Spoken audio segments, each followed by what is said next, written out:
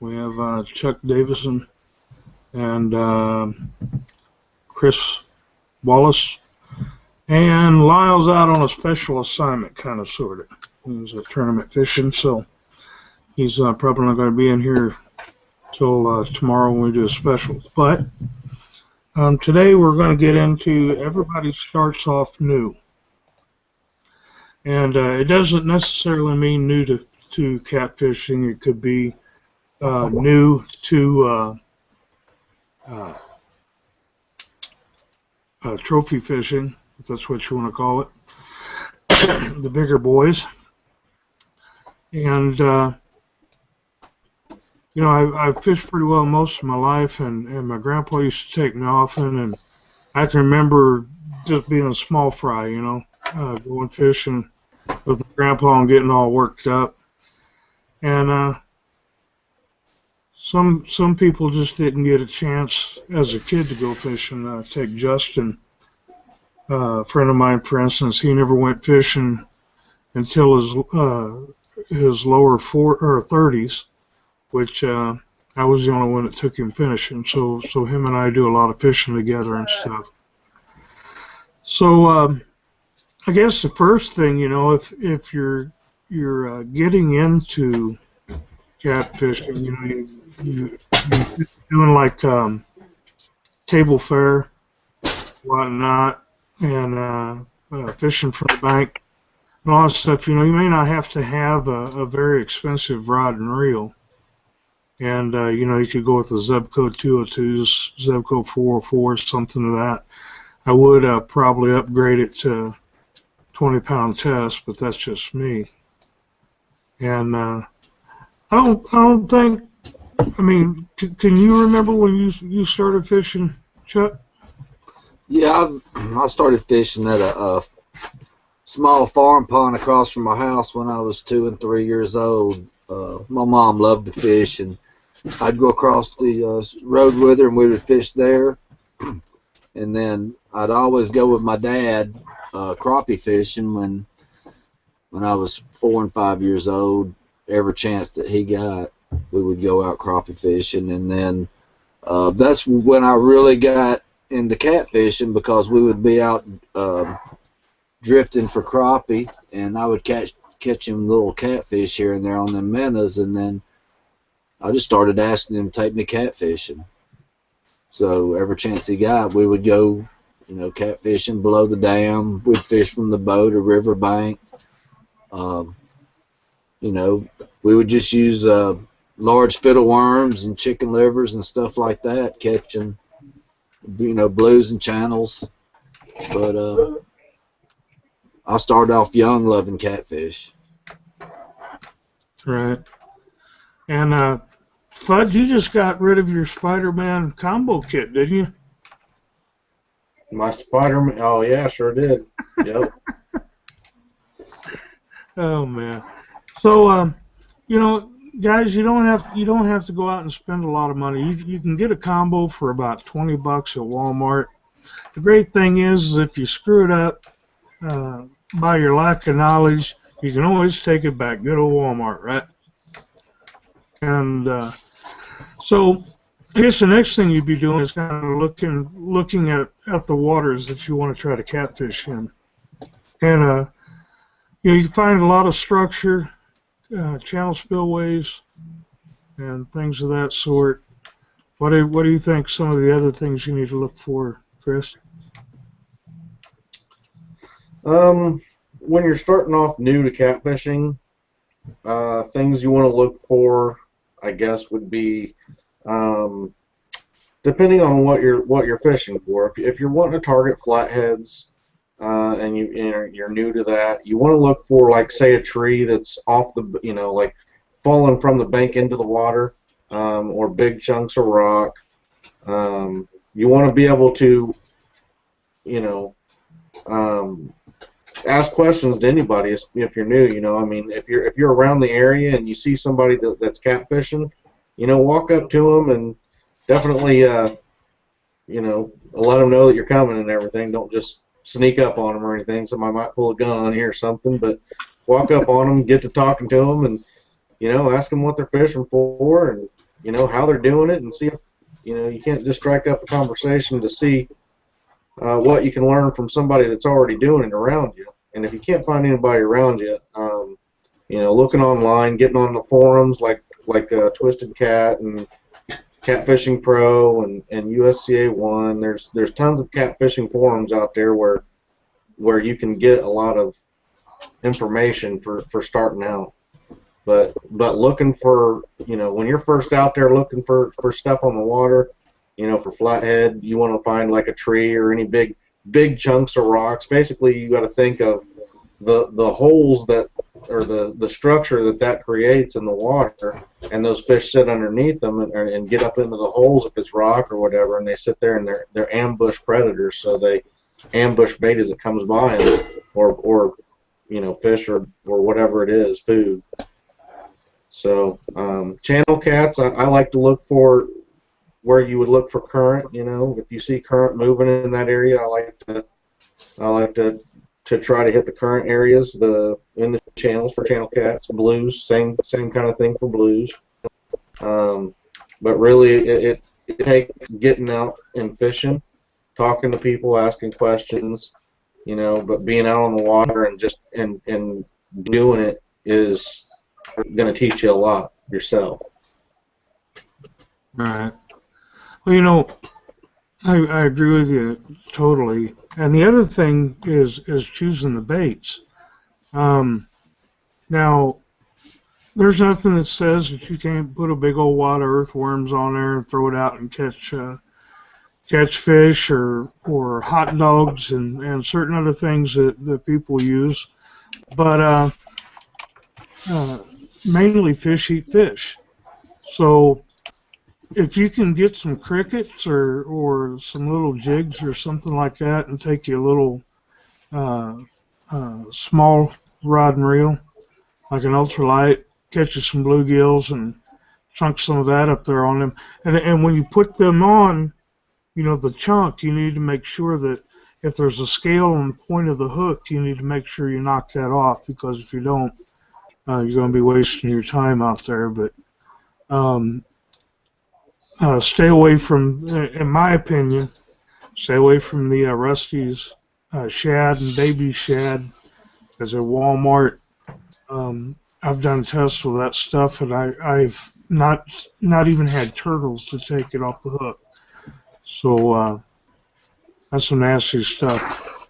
Let's get to a few other species of catfish, guys.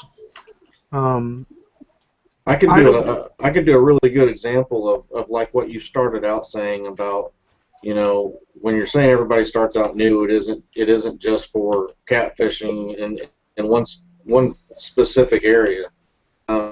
Like I myself was just at a tournament. I just made it here for this, and I'm new really to cold water catfishing, so I didn't know a lot. I don't know a lot about the cold water catfishing and the different techniques that you would need to do, to target a cold water catfish, and it really is different compared to, your warmer months when a lot of people go, as they call fair weather fishermen, but I got down there, and I've been fishing on the Ohio River for a long time, but I just don't do very well during these cold times a month. And what I've been doing is that after that tournament, the guys that bring in them fish, and you don't even have to be in the tournament to go up to these guys and talk to them and ask them, hey, where were you fishing at? Were you fishing in a creek? Were you fishing on the main river? Were you fishing deep? Were you fishing shallow? Were you using big bait, small bait? You really can get a lot of information from a lot of these guys, and most of the time they're not going to lie to you. So, even somebody that fishes a lot like I do, I'm still new to a lot of parts of fishing. I don't know everything. So I definitely, you got to make sure that you ask the questions when you're out there. You talk to people. If you don't know it, if you don't know something, don't be afraid. Don't feel like you're bothering anybody, or you're dumb for asking or anything like that.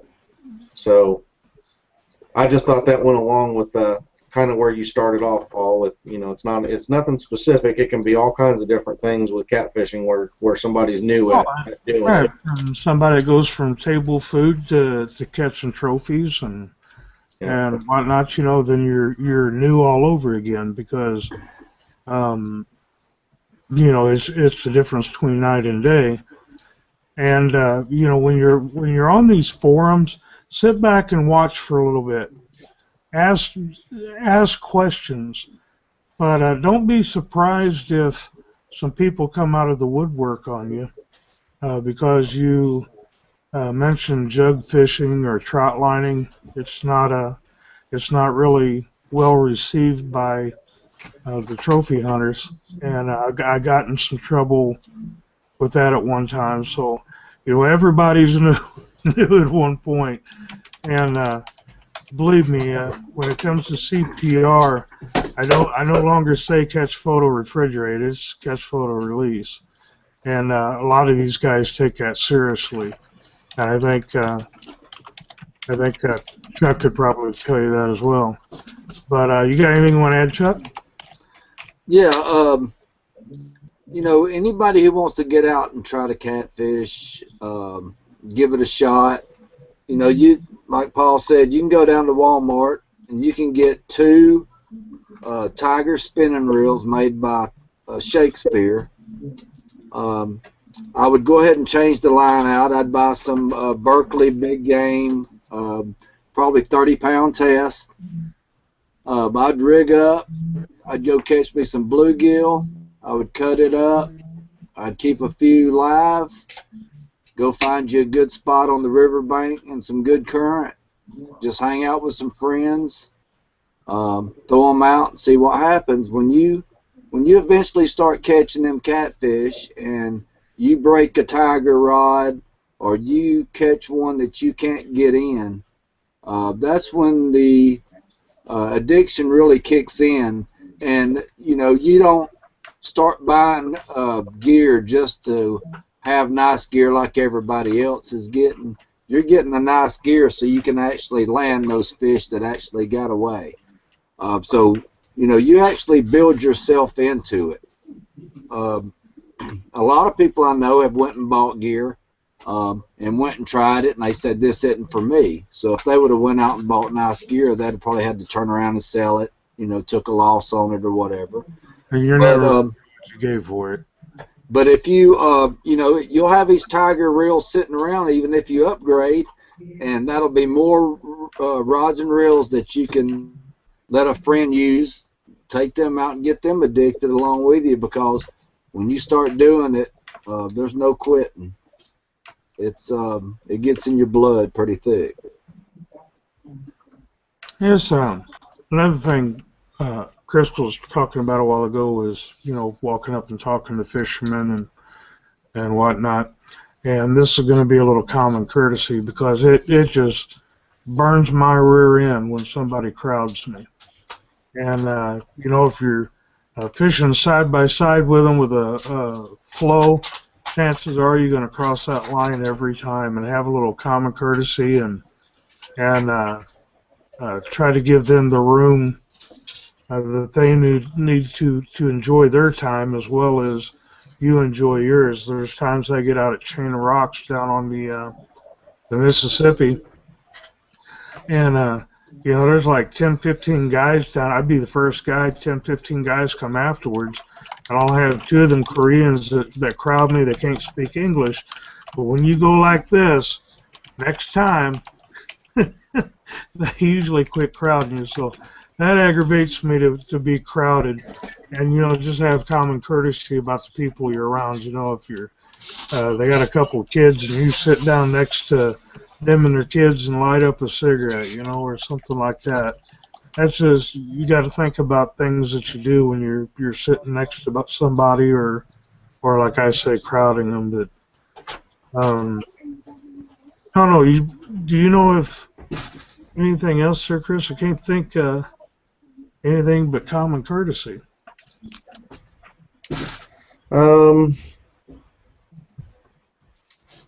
I mean, as far as everybody starts out new, I think that just another reminder to the guys who aren't new, make sure that, if somebody does come up to you and they're talking to you, you don't blow them off, that you try to really, if we want to spread the word of catfishing and make people understand, and do well starting off, that's going to help them want to actually do it longer in life and pass it down to their kids. And the more people that want to do it, the more people that are going to be supporting us to do things like protect the species and get regulations passed in states, and something that, like a father and a son can do together, that they might not have ever thought of, like one, a little kid might be sitting out at the park and see some guy catfishing and walk up to you, and you talk to him and you're rude to him or anything like that, he won't have any interest in doing what he thought he might have, seen you doing, and then if you did,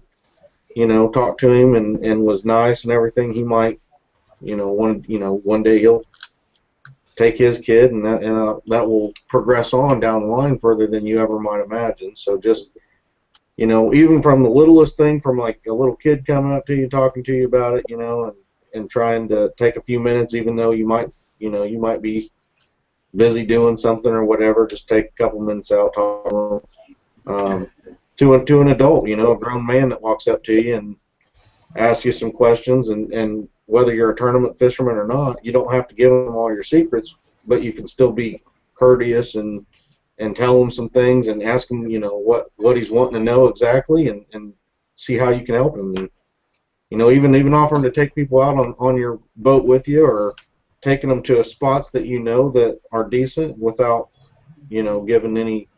I know a lot of people have their, super secret spots, and you don't have to give those away, but you always might be able to, just take somebody out to a spot where they've never been, and then, show them a few things because you're out there with them. So I think that's it. Yeah, I was at a tournament last summer, and I was up there, and there was quite a few kids sitting around watching the weigh-ins and stuff, and some of the tournament fishermen F this and GD that and four-letter word this and that, and we're trying to get people to quit looking at us like a bunch of inbred hillbillies, and try to have a positive spin spin on the kids and stuff. And then in this particular instance, the guy walked off with his kid or his grandkid. I'm not sure which one, but they left. He says, we need to go home. So if you're at a tournament, at least try to watch your mouth for the kids. But catch, photo, release. I think let Chuck handle this one. Yeah, that's the most important thing here. Like Chris was saying, when people approach you and ask you questions, that's when I get my smartphone out and I show them some pictures of stuff that I catch. Not really too much to brag about it, but to tell them, hey, you see this fish, and this fish, he's still out there swimming. So you got a chance to catch him right now, because I didn't catch him not too far from there. And they look at you like he's still in there, you didn't keep him, and that's your time to spread the word and explain to them how important CPR is. Not everybody's on Facebook. Not everybody goes to forums. So, the regular ordinary fisherman that's out here fishing around your areas that you meet on the riverbank, or that you may approach their boat and, talk out in the lake, that's the time to spread the word, by the word of the river. You get out and, communicate with these guys while they're actually out there fishing. I was fishing on Lake Wheeler last year, right below Guntersville Dam, and I was 50 yards from a boat that had a big fish on, and they caught a big flathead. They didn't have a scale in the boat. I didn't offer mine, but it was over 60 pounds, and I sat there and watched them gaff that fish to get it in the boat. When I seen him get the gaff out, I just kind of, I seen him pull it up in the boat. He pulled it up in the boat by the gills. Drinking and everything. Times like that isn't really the time to, go, get on anybody and, tell them they're doing it wrong. There's a right time and a right place to do it. But, if those guys knew better, maybe they just don't care. But, if somebody could have got to them before that, maybe that fish could still be swimming. Yeah. Yeah, and if you're going to CPR a fish, do not hold it by the gill plates. Holding it by the gill plates, you're going to end up messing up his gills.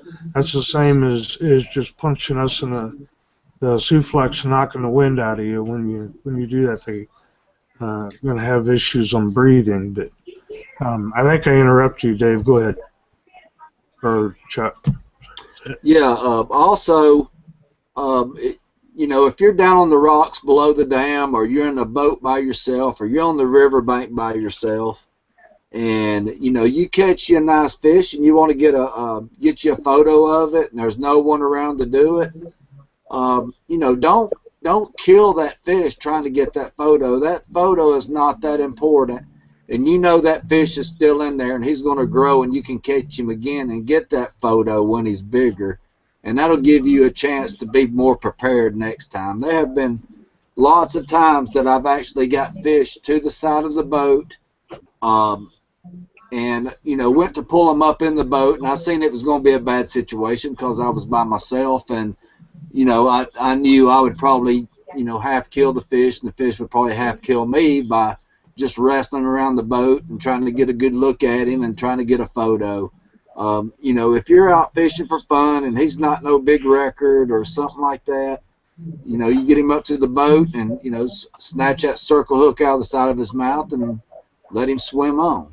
The sad thing is some of the world record and the state record catfish are usually killed, and that's kind of a bummer to me. But and going back to just like what Chuck was just talking about, just to sort of help new people, I want to talk a little bit about tackle again.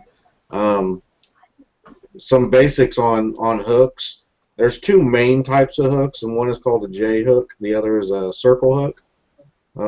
Pretty much the difference in the hooks are a J hook does not have the curvature at the point where you pretty much have to do the traditional setting of the hook, where you pull the fishing pole up and set the hook into the mouth of the fish. The circle hook is designed differently. It's designed to slide to the corner of the fish's mouth and actually hook in a safer spot for the fish to keep it alive after being caught, specifically for CPR, but also what you can do is, instead of setting that hook with a circle hook, you're not actually supposed to set that hook. When you have that rod in your rod holder, or you're sitting it on the bank, you put it on your stick, and you got your Y stick that you got your rod on. You lock that pole down, and when that fish eats that bait on that hook, he will actually set the hook himself. You don't have to do anything. He'll start bouncing that rod tip, and then all you got to do is start reeling that fish in. A good tip that most guys do is, when you start with a circle hook, when you start seeing that rod tip really bouncing hard, you give it a real fast, hard 2 or 3 cranks over just to help set that hook. But you never really do that traditional hook set. Besides those 2 hooks, I mean, those are your 2. For beginners, those are if you're in the Walmart or Rural King or whatever store that has hooks, you can get down, like the little 1/0 or 2/0 circle hooks. Most cat guys recommend using circle hooks these days, just for the safety of the fish. The other problem with the J hook is, instead of, like we said, being corner hooked with the circle hook, the J hook, they can actually swallow the entire hook, and then the only way for you to get that out is pretty much pull their guts out, and that's going to kill the fish. Or even if you cut the cut the hook off in his belly, you know, it might still kill the fish. The safer way to do is just use a circle hook if you can find. They can be called octopus circles or just circle hooks, either one. Those, like I said, depending on what size of fish you're targeting is going to be what size of hook you're looking for. If you're looking for like 5 to 10 pound fish, you know, you could probably use a 4/0. I'd say a 4/0 to maybe even a 6/0 if you want to go that big. If you want to go bigger, you know, you can go up into the 8/0s, and most stores will carry an 8/0 circle hook, or even, you know, a not necessarily Gamakatsu. There's a Eagle Claw laser hooks. They carry a lot of different types and styles of hooks as well that you can find in Walmart. And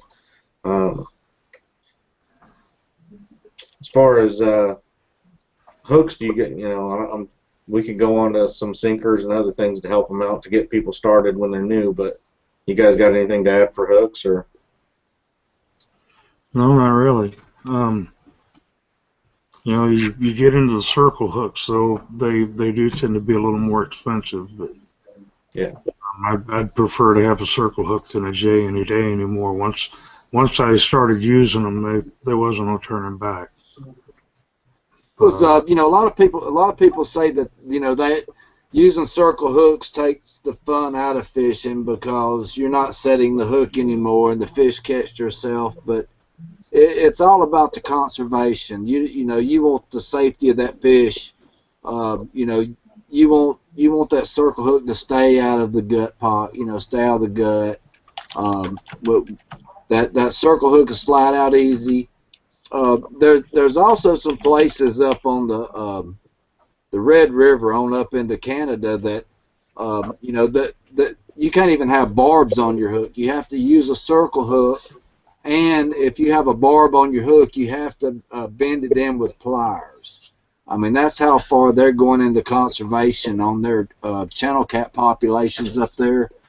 I mean, it's just such a good hook that for the welfare of the fish, I don't even ever use anything anymore. Even though, you know, walking baits or bouncing bottoms or whatever, I'll snatch it out of their mouth. And I knew if I'd had a J hook, I'd have probably got him. But I'm not going to switch just because, you know, I missed a couple of fish because of the conservation of the fish. Yeah. Hey, I want to jump in real quick and mention that this month's giveaway is from Whisker Wear Apparel. And what we're doing real quick is you got to write a sign that says catfishweekly.com and Whisker Wear Apparel, just like this. Make sure we can see. Well, I've got to get back farther, but you got to be able to see the face.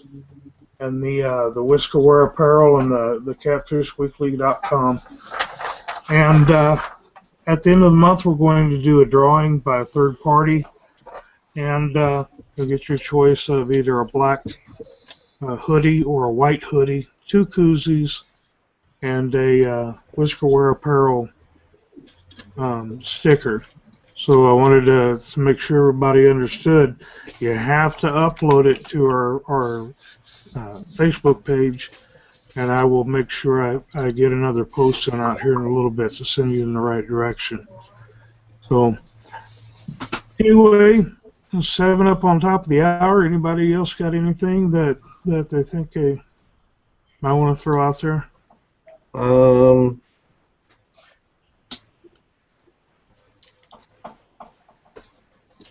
No, like I hear crickets. I think I'm pretty good. I'm just trying to think if there was anything else in gear or things that would be confusing to beginners. Don't be afraid to ask questions. You know, if you go to catfishweekly.com, under our cartoon heads, you will see an email address. By all means, send us a question. You know, if you want to know something. If we can't answer it, we'll point you in the direction to try to get it answered. You know, we're not going to sit there and try to be professionals or say we're professionals or whatnot in an area that we're not. So with that, I'm going to say we're going to come to the close, go to the final thoughts, and we'll go with Chuck first. Well, springtime's here, and I'm really excited about it. It's been a cold winter. I think this is going to be the best spring we've had in a few years. Hopefully, some of the shad have died off in certain places, and it'll give our baits out there in the water a better opportunity of getting bites than in the past, because there've been so many bait fish down here in our rivers. It's just ridiculous, and I just hope everybody can get out and get on some fish, have a good time, get your friends and family out, have good times with them, and I hope to see y'all here next week. Chris? All right, March 15th here next weekend, Saturday. If you're in Indiana or you're close and you want to come fish, the ICA's open at Turtle Creek. It's only a $10 entry fee. Hoosier Energy adds, I think, $2,750 to the pot.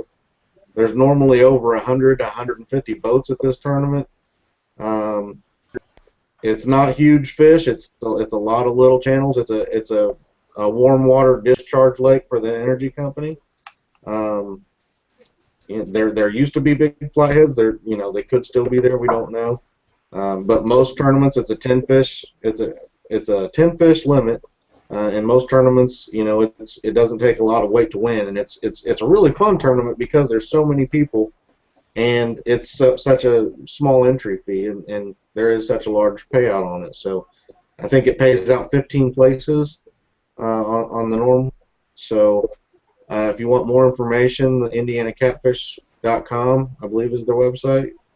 And besides that, I every week I'm going to reiterate the fact that, like I said, that while each of us have our own sponsors, individual sponsors, the show itself is not sponsored by any person or company, and we're not playing the politics. So everybody is, we want everybody to participate in the show and watch it, and be guests on the show and ask questions for the show, whatever, and just have that known. We're definitely going to make sure that we state this every single time and really hammer that home. But I think I'm done. Okay. Well, that's about all I can think of. I agree with Chris. Need to try to make it a unified effort for conservation of catfish instead of trying to be Superman and do it all by oneself, I guess. But, see, I said this month was Whiskerware Apparel. Get those things uploaded to Catfish Weekly's Facebook page. And April, we got, what, 9 or 18 bottles of Dead Red we're 18 doing? bottles of Team Catfish's Dead Red. Yeah, doing two of those.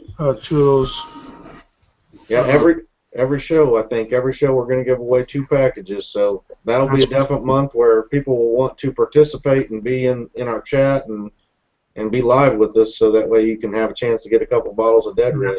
That's coming all up in April. So anyway, until then, thanks for watching, and we'll talk at y'all later.